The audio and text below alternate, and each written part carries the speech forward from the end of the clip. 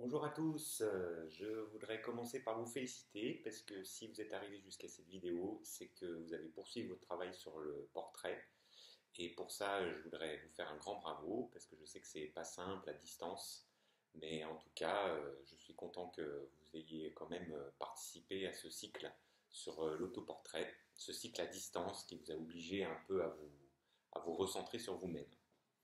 Alors, aujourd'hui, en fait, je ne vais pas vous montrer un cours de dessin, mais je vais plutôt vous donner des pistes pour essayer de réaliser un portrait ou un autoportrait. Je vais vous montrer en fait des exemples qu'il existe, des grands exemples dans l'histoire de l'art, d'artistes qui, vous allez le voir, à des époques complètement différentes, se sont vraiment confrontés à cette histoire du portrait, de l'autoportrait. Et nous allons pouvoir, comme ça, j'espère pouvoir vous donner des idées, des envies, un petit peu, si vous voulez, pour élaborer votre propre création. Alors, je vais commencer par un artiste que, a priori, tout le monde connaît, puisqu'on va parler de Vincent Van Gogh, qui est sans doute un des artistes les plus connus pour ses autoportraits, qui exprime, si vous voulez, tout son état d'âme. Alors, je vais tout de suite vous montrer une image. Ce que je vais faire, c'est que je vais vous montrer des images comme ça à l'écran de la caméra, mais je vous les enverrai par Internet. C'est l'avantage. Vous pourrez regarder tranquillement ces photos en meilleure définition en général sur votre appareil. Alors, je voudrais parler d'abord de Vincent Van Gogh, qui est donc un artiste de la fin du 19e siècle, tout début du 20e siècle. Il est mort assez jeune et il a réalisé nombreux autoportraits. C'était un artiste qui, bien évidemment, était très tourmenté et très pris un peu, si vous voulez, par ses états d'âme et du coup qui choisissait ce moment de l'autoportrait pour s'interroger sur lui-même, pour voir où il en était, faire une sorte d'état des lieux de cet fameux état d'âme. Alors, ce qui est très intéressant, c'est que sur les portraits, les autoportraits de Vincent Van Gogh, on retrouve tout le travail qu'on a pu élaborer ensemble, notamment, vous voyez, sur le visage de trois quarts, on a l'exemple même, avec la disposition des yeux, le nez au milieu, la bouche. Donc, c'est vraiment l'exercice, si vous voulez, type de l'autoportrait. On a ce qu'on appelle un autoportrait avec un début d'épaule, en portrait américain, un peu, si vous voulez et ça va vraiment poser un peu le personnage. Donc, Vincent Van Gogh s'est énormément observé. Il connaît bien la forme de ses yeux, vous voyez, un peu tombante sur les bords, son nez avec une légère bosse en haut. Donc, il connaît toutes ces lignes, ces fameuses lignes de son visage qui va définir la pommette un peu saillante, vous voyez sur le côté ici. Il les connaît très très bien, ces données un peu, si vous voulez, de son visage, ce qui va tout de suite donner la ressemblance, mais bien sûr, ce qui va surtout lui permettre de transcender un petit peu, si vous voulez, cette ressemblance par son état d'âme, par ses tourments. Et finalement, cette ligne va exagérer un petit peu, si vous voulez, les courbes et les contre-courbes qu'on peut lire sur les lignes du visage, et va donner un peu du caractère, un petit peu de la sensibilité, de la sensation, un petit peu par rapport à cette ligne-là.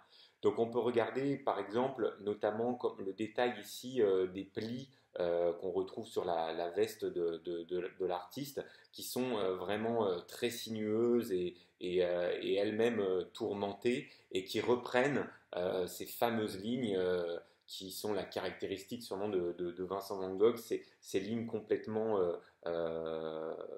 enroulées, circulaires, qui montre un peu comme les méandres, un peu si vous voulez, de son âme et qui finalement témoigne un peu de cet état d'âme intérieur.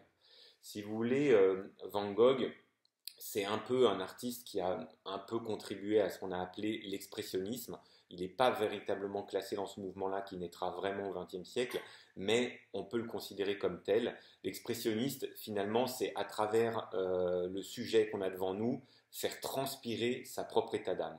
Et Van Gogh, bien sûr, est un artiste qui a particulièrement exprimé finalement son angoisse intérieure, son sentiment intérieur à travers cette veste, à travers ses cheveux, à travers cette barbe hirsute et à travers surtout, vous voyez ce décor derrière qui sont finalement comme les plis de son âme. Voilà un petit peu sur le travail d'un autoportrait comme ça de Van Gogh. Il en existe bien d'autres que vous pouvez regarder. Il y a une grande sensibilité autour de la couleur, notamment. Regardez comment cet orangé un peu roux s'harmonise parfaitement avec ce gris bleu-vert.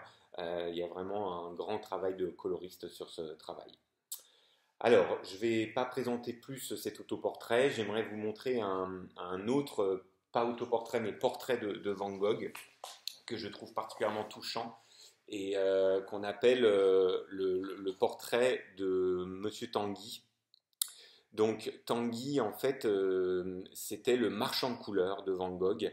C'était un marchand de couleurs qui habitait une petite rue de Paris, un tout petit marchand de couleurs, des boutiques comme on n'en fait presque plus, qui avait la particularité de vraiment aider tous ces peintres dans la galère, hein, notamment les impressionnistes, en leur vendant parfois même très peu cher, voire en leur donnant les tubes de peinture indispensables pour ces artistes pour créer leur art.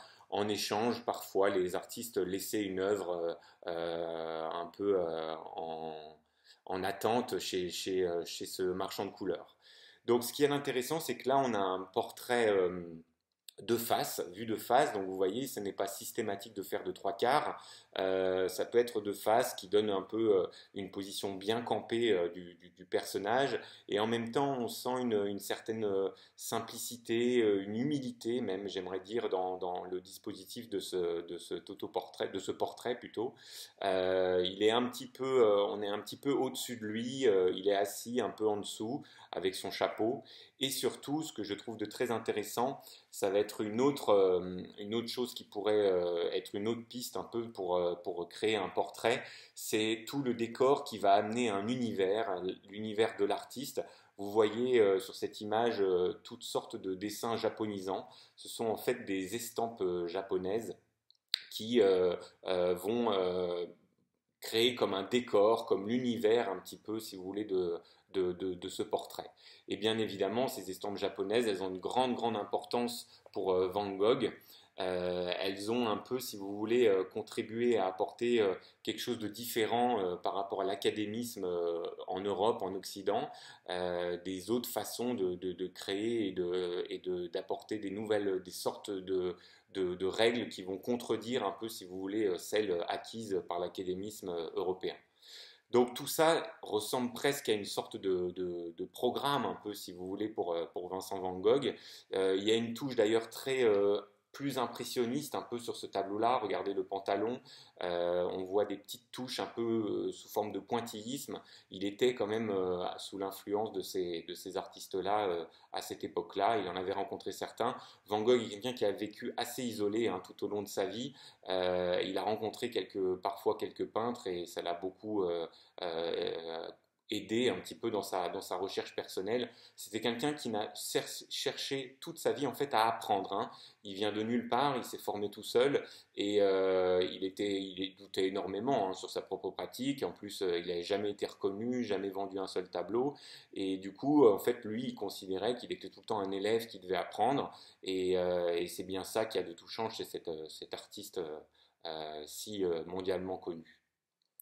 Alors, je vais passer à complètement un autre style, puisque je vais vous présenter un portrait très reconnu dans l'histoire de l'art, qui s'appelle le double portrait, Les Ambassadeurs, qui a été peint par un artiste qui s'appelle Holbein, Franz Holbein, qui est un artiste de la Renaissance, mais de la Renaissance du Nord.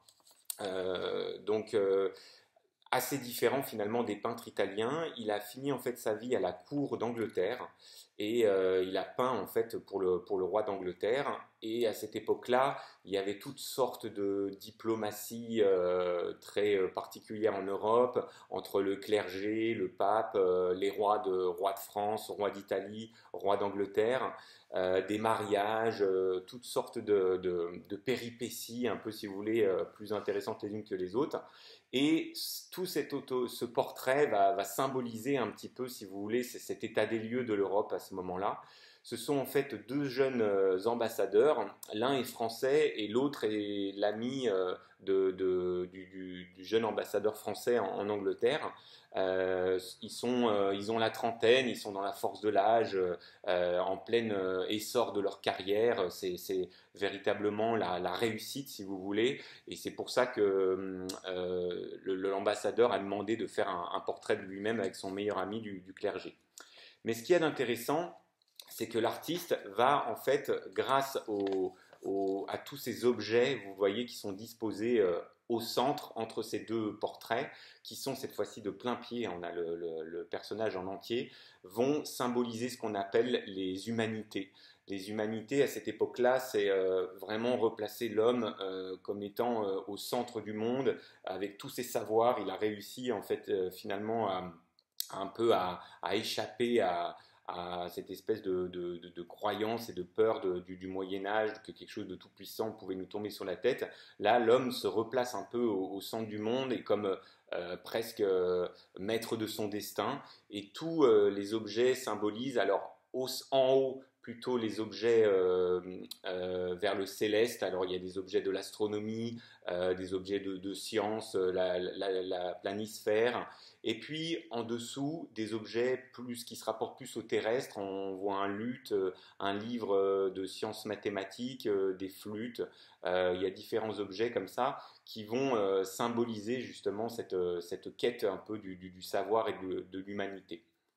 Alors, ce qui est très intéressant, c'est que vous l'avez marqué, il y a une sorte de grande forme un peu sur le bas du tableau, et c'est ce qui a tant fait parler de ce tableau dans l'histoire de l'art. C'est en fait une anamorphose. Alors, je ne pense pas que je puisse vous la montrer comme ça. J'essaye un petit peu. Si on la regarde d'un angle, c'est-à-dire d'ici en bas du tableau, un petit peu en effleurant le tableau du regard, on va d'un seul coup voir apparaître une tête de mort. Alors là, c'est magique, hein, c'est une anamorphose. L'artiste, il y a une véritable prouesse technique d'avoir réalisé ça, mais vraiment la tête de mort, on la voit bien d'un seul coup apparaître. Et c'est pour finalement montrer encore une fois une sorte de vanité. Il faut rester humble, finalement, même si ces jeunes ambitieux ont tout réussi dans la vie, chacun finira par la mort et il faut savoir rester humble par rapport à cette mort-là. Donc il y a quelque chose quand même comme une sorte de coup bas porté un petit peu dans ce tableau. Alors, je voulais vous montrer un peu tout ce dispositif pour vous montrer comment aussi dans un portrait, on pouvait aussi construire toute une histoire, un scénario qui entoure les personnages. C'est presque finalement comme les objets d'un film, de toute une histoire. Vous pourriez chercher sur Internet, vous allez voir, je vous ai dit que quelques détails de ce tableau. C'est vraiment une péripétie extraordinaire. Alors je vous montre le dernier petit détail que vous voyez peut-être pas très bien ici. Il y a un crucifix du Christ caché derrière un petit rideau. Donc voilà un peu pour vous montrer un autre type de portrait dans l'histoire de l'art assez fameux. Alors je vais vous présenter cette fois-ci une autre artiste, une artiste du XXe siècle que vous connaissez sûrement aussi, Frida Kahlo, une artiste femme. C'est suffisamment rare pour le souligner, une grande artiste du XXe siècle qui est née au tout début du XXe siècle au Mexique et qui est une artiste vraiment très particulière, inclassable. On ne peut pas la ranger véritablement dans un genre, mais bien évidemment une grande authenticité, une grande sincérité dans la recherche de cet artiste. Ce serait difficile de résumer, mais on peut dire que c'est une femme qui a cherché en fait finalement peut-être à se reconstruire un corps. Elle a fait quasiment toute sa vie des autoportraits. On pourrait presque dire même que toute son œuvre est une sorte d'autoportrait. En fait, elle a vécu des choses très traumatisantes et notamment pour son corps, des opérations où elle a failli mourir, de chirurgie assez pénibles. Et elle a cherché en fait à travers sa peinture à se reconstruire un corps et par là même, j'ai envie de dire, une identité. Et c'est ce qui est très intéressant